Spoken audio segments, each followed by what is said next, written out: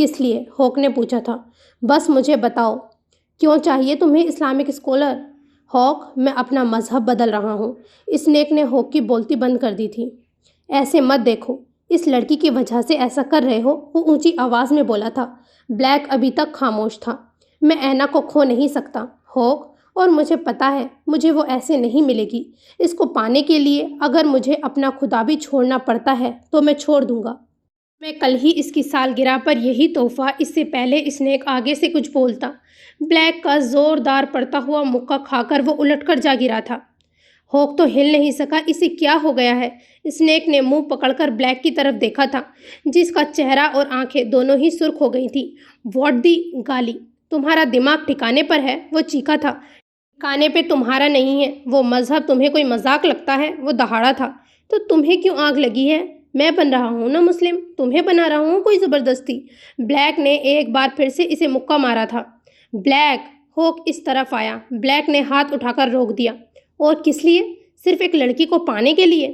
سب کے وجود تک رسائی ہے لیکن اس تک نہیں۔ اتنے چیلنجنگ ہو گئے ہو ڈینیل لارا کہ یہ کام کرو گے تم؟ اسنیک بلیک کو مارنے کے لیے بڑھا تھا تو بلیک نے اس کا مکہ پکڑ لیا۔ اسنیک نے دوسرا مکہ اس کے پیٹ میں مارا تھا۔ محبت کرتا ہوں اس سے۔ سین چینج۔ متشمہ نے منہ پہ ہاتھ رکھا اور سر جھکا کر ڈرنک بمشکل اپنے حلق میں اتاری تھی اور لب زور سے دبائے۔ قزان اسے غور سے دیکھتا رہا، پھر آنکھیں گھمائیں۔ کم آن تشو، اب ایکٹنگ کرنے کی ضرورت نہیں ہے۔ ہر چیز کی خبر ہوتی ہے، اس بات کی نہیں ہوگی۔ تم مذاق کر رہے ہو نا قزان؟ مذاق کر رہے ہو نا؟ تو بہت گندا مذاق ہے۔ سبو کے جذبات کو اس طرح رولتے ہوئے میں نہیں دیکھوں گی۔ متشمہ تلخ ہوئی تھی اور کچھ عجیب انداز میں ہنستے ہوئے بولی، اسے یقین نہیں آ رہا تھا شادی؟ قزان ساکورا سبرینا کے جذبات جان کر اتنا نارمل ری ایکشن دے گا، تبھی سبرینا مطمئن تھی کیونکہ قزان نے اسے کچھ بھی نہیں کہا۔ اس کو گرین سگنل دے کر آ گیا، آخر کیوں؟ اس کے دماغ میں چل کیا رہا ہے؟ خوف کے عالم میں اس نے قزان کو دیکھا جو ایک لمحے کے لیے ساکت ہوا، پھر تیزی سے بولا، میں یہاں اسے پرپوز کرنے کی بات کر رہا ہوں اور تم کہہ رہی ہو اسے رولنے نہیں دو گی؟ کیا مطلب ہے اس بکواس کا؟ تم سبرینا میں دلچسپی کیسے لے سکتے ہو؟ پلیز قزان، اگر یہ کسی قسم کا بدلہ ہے تو مت کرنا۔ بے شک ہمیں گولی مار دو مگر اپنی زیادتیوں کا بدلہ سبو سے نہیں۔ سبو معصوم ہے، اس چھوٹی سی جان کا دل۔ قزان نے دہاڑ کر اس کی بات کاٹی۔ پیار کرتا ہوں میں اس سے، وہ دہاڑا تھا۔ متشمہ ایک دم سے ڈر کر پیچھے ہوئی۔ بلیک جیسا مت سمجھو مجھے، میں اس کی طرح بزدل نہیں ہوں۔ اس نے اتنے سالوں بعد بلیک کا ذکر متشمہ کے سامنے کیا۔ قزان! متشمہ نے خوف زدہ ہو کر تیزی سے اس کی بات کاٹی تھی۔ شادی کروں گا اس کے ساتھ، اب یہ کھیل نہیں کھیلوں گا۔ جس چیز کے لیے سنجیدہ ہو جاتا ہوں تو پھر قائم بھی رہتا ہوں، پیچھے ہٹتا نہیں ہوں۔ بلیک کا نام بھی نہیں لوگے تم۔ تم نے جو کرنا ہے کرو مگر میرے ماضی کو میرے منہ پر مت مارو۔ میں اپنے آپ کو بچا نہیں سکی لیکن سبو کو ممکن حد تک ہر شہ سے محفوظ رکھوں گی، چاہے وہ میرا شرعی بھائی بھی کیوں نہ ہو۔ میں تم سے پیار کرتی ہوں قزان، مگر میں سبو سے بھی اتنا ہی پیار کرتی ہوں۔ اگر مجھے اپنے بھائی بہن کو بچانے کے لیے ان کو ایک دوسرے سے دور کرنا پڑے گا تو میں کروں گی۔ میں جانتی ہوں تم اتنی آسانی سے کسی کے لیے راضی نہیں ہوتے۔ جس چیز سے بچا رہی ہو اسی شر سے وہ محبت کرتی ہے، مرتی ہے اس شر پہ۔ اس شر کو ویسے ہی قبول کر رہی ہے جیسا کہ وہ ہے۔ اب کی بار قزان کا لہجہ جذباتی ہو گیا۔ محبت کچھ نہیں ہوتی قزان، شادی سے پہلے کی محبت کچھ نہیں ہوتی۔ دل بے ایمانی کرتا ہے اور پھر منہ کے بل گراتا ہے۔ متشمہ ہوش میں نہیں تھی۔ اسے سمجھ نہیں آ رہی تھی کہ اسے لگا قزان تھوڑا وقت لگائے گا، یہاں سے بھاگ جائے گا یا سبرینا کو کسی طرح جھڑک دے گا، لیکن اتنا نارمل ہو کر راضی ہو جانا، وہ بھی شادی کے بارے میں، سوچا بھی نہیں تھا اس نے۔ قزان کے ارادے ٹھیک نہیں لگے۔ ماضی ایک بار پھر اسے ہونٹ کر رہا تھا۔ اس نے مٹھیاں بھینچیں، اس کا روم روم کانپنے لگا۔ سبو کیوں؟ آخر کیوں؟ قزان اس کے چہرے کے تاثرات بھاپ کر خوف زدہ ہو کر اسے انگلی اٹھا کر دانت پیستے ہوئے بولا تھا، I am not a bloody traitor. اس کی آنکھیں سرخ ہو گئی تھیں۔ متشمہ اسے بلیک کی طرح سمجھتی ہے، غلط نہیں تھی وہ، مگر بلیک کی طرح اس کے جذبے خالص تھے۔ بس فرق یہ تھا بلیک نے وقت کا فائدہ نہیں اٹھایا اور بزدلی سے پیچھے ہٹ گیا، جبکہ وہ ایسا نہیں ہے۔ وہ پیاسا مارا مارا سچی محبت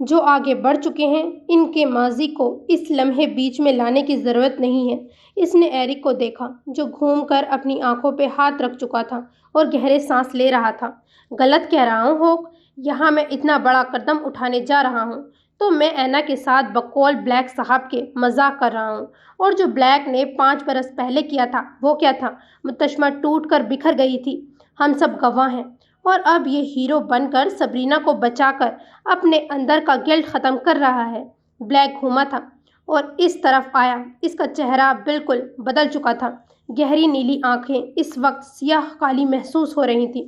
اگر تم نے اب متشمہ کا نام میرے ساتھ جوڑا یا دوبارہ ماضی کا ذکر کیا تو میں تمہیں زندہ دفن کر دوں گا۔ وہ ایک عزت دار آدمی کی بیوی ہے اور تمہیں کوئی حق نہیں ہے کہ ایک لڑکی اور کسی کی امانت کی عزت کو یوں اچھالو۔ میری برداشت سے باہر بات آ جائے گی اور کوئی میری برداشت کو نہیں آزمائے گا۔ اس کا کولر کو سختی سے پکڑ کر جھٹکے دیتے ہوئے وہ سرد لہجے میں بول کر یہاں سے جانے لگا تو اسنیک کی ایک دم سسکی نکلی تھی تو وہ ٹھہر گیا۔ مجھے اینا نہ ملی تو میں مر جاؤں گا بلیک، مر جاؤں گا۔ مجھے کس بات کی سزا مل رہی ہے؟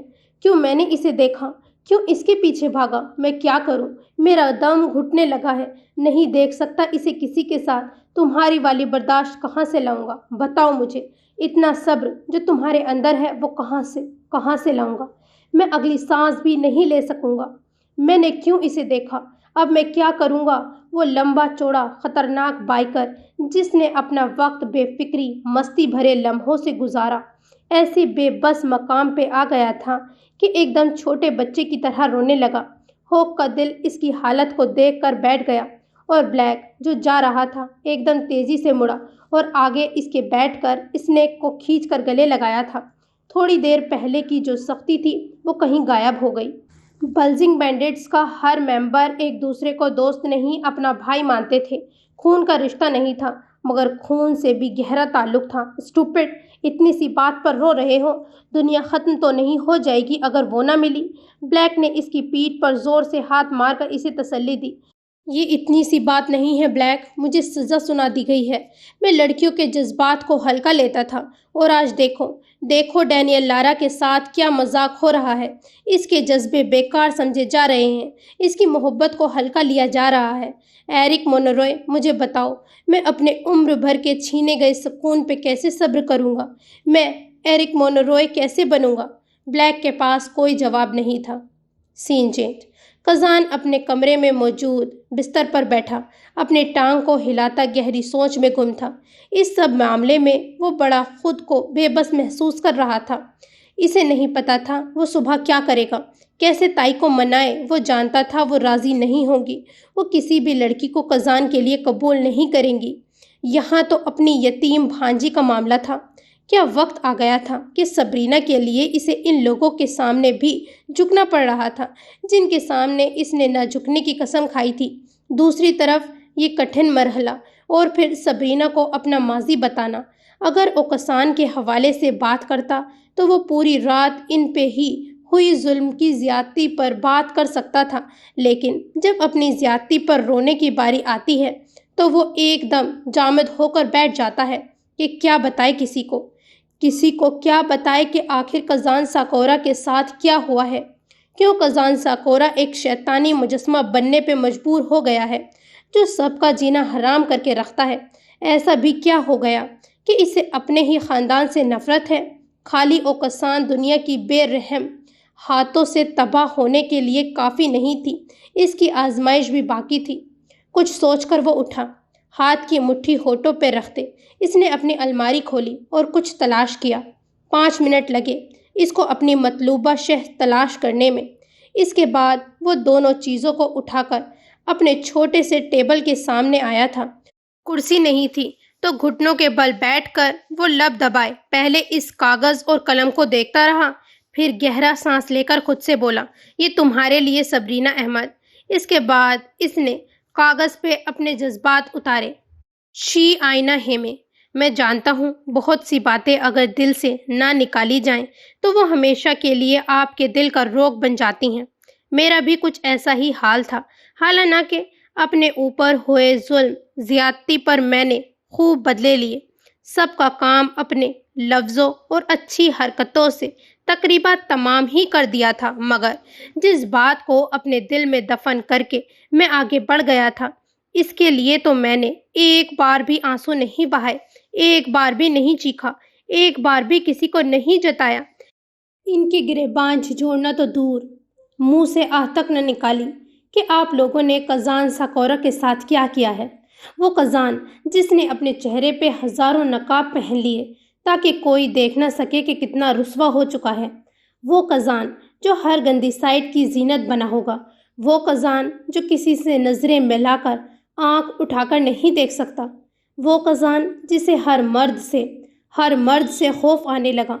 تم سوچ سکتی ہو ہیمے کہ میں کزان ساکورا جس سے پورا گلاس کو کانپتا ہے، وہ ہر ایک سے ڈرنے لگا تھا۔ اسے ہر عام نگاہیں ہوس کی نگاہیں ہی لگتی تھی۔ میں رات کو سوتا نہیں تھا کہ کوئی مجھے دوبارہ یہاں سے کھینچ کر لے جائے گا۔ اور کزان نے آگے سے کچھ نہیں لکھا۔ پھر سر زور سے جھٹک کر وہ دوبارہ مصروف ہو گیا۔ بہرحال خود کو بامشکل کھڑا کر کے اس مقام تک پہنچا ہوں روکی۔ میں نے اس پتلے ایزا کا گلا گھونٹ کر اسے قید میں بند کر دیا اور کھول چڑھا کر اپنی زندگی گزارنے لگا۔ پھر تم آ گئی میری زندگی میں، میری آتش دلم بن کر۔ تم مجھے اپنا آتش دلم کہتی ہو، در حقیقت تم ہو فائر آف مائی ہارٹ، وہ آگ جس نے اس درد کو کھینچ کر باہر نکالا اور اس درد پہ اپنے لفظوں، اپنی شخصیت اور اپنے ہاتھوں سے مرہم لگایا، ایسا مرہم کہ اندر کا کزان ساکورا سسک اٹھا۔ وہ جو اپنی اوکسان کی چھاؤں کی تلاش میں بھاگ رہا تھا، اسے سبرینا احمد نے اپنے پھولوں سے مہکتے سائے میں لے لیا۔ اب میں اس سائے سے باہر نہیں جانا چاہتا روکی۔ میں تھک گیا ہوں خود سے جھوٹ بولتے، خود کو بہلاوے دیتے۔ میں سچ کا سامنا کرنا چاہتا ہوں۔ میں اس کڑوی حقیقت کو قبول کر کے تمہارے ساتھ آگے بڑھنا چاہتا ہوں۔ جانتی ہو ایسا کیوں؟ کیونکہ تم نے قبول کیا مجھے۔